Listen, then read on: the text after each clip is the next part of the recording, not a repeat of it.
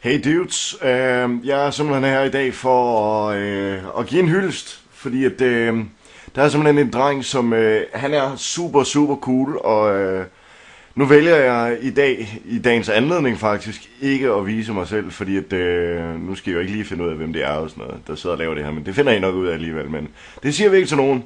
Drengen han hedder Lukas, og han laver nogle mobilnyheder, og man kan sige, win-win, han er måske ikke så skide god til, men han er heller ikke så gammel endnu, så hvad fanden.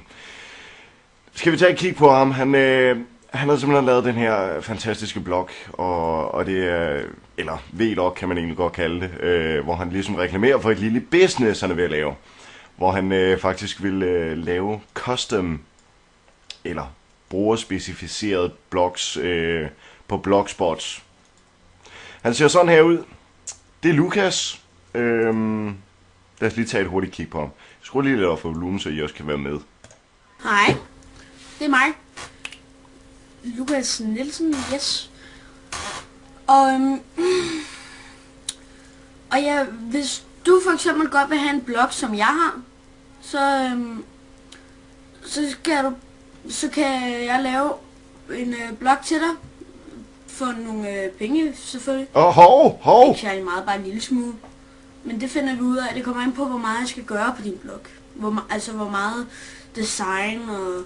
Jeg stopper lige her en gang, fordi nu er det sådan, i hans tidligere videoer, der har han fået et nyt fjernsyn, og han siger, at det kostede ikke specielt meget, hvad 2500 eller sådan noget.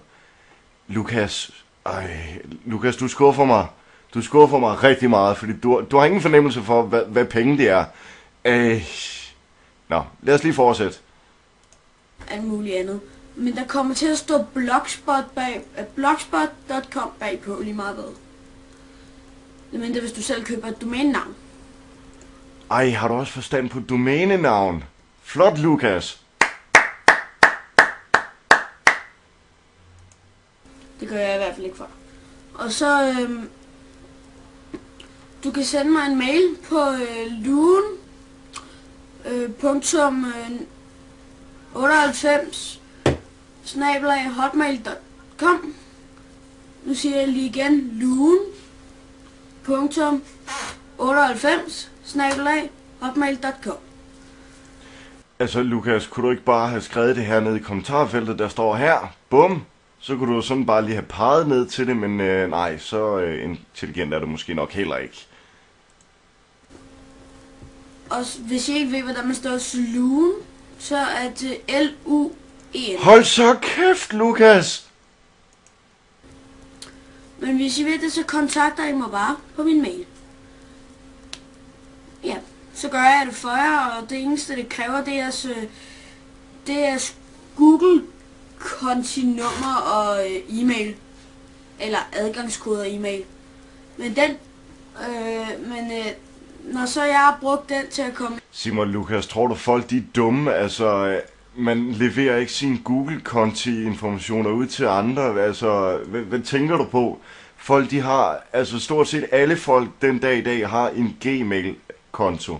Så du kan faktisk gå ind på Gmail-kontoen og stjæle passwords og hvad du nu har lyst til. Altså, er kæden hoppet helt af for dig? Ind på og så lave bloggen, så fjerner jeg det igen. Sådan så jeg heller ikke har det. Sådan så jeg ikke kan bruge det til alt muligt, som I ikke vil have. Men det gør jeg heller ikke. Nej, Lukas, det sidder du og siger nu, men det er jo sådan en anden sag, når du endelig får password og Gmail-kontoen eller Google-kontoen, skulle vi sige det på den måde?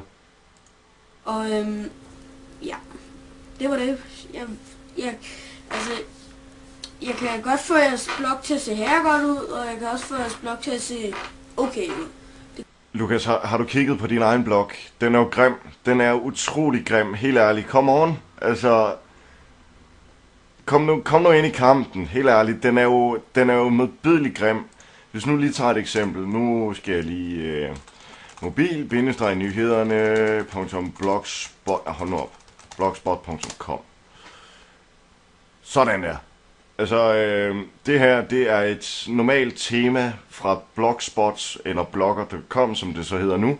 Det er et tema, du kan gå ind og sådan tilføje til din side. Og så er det ligesom det.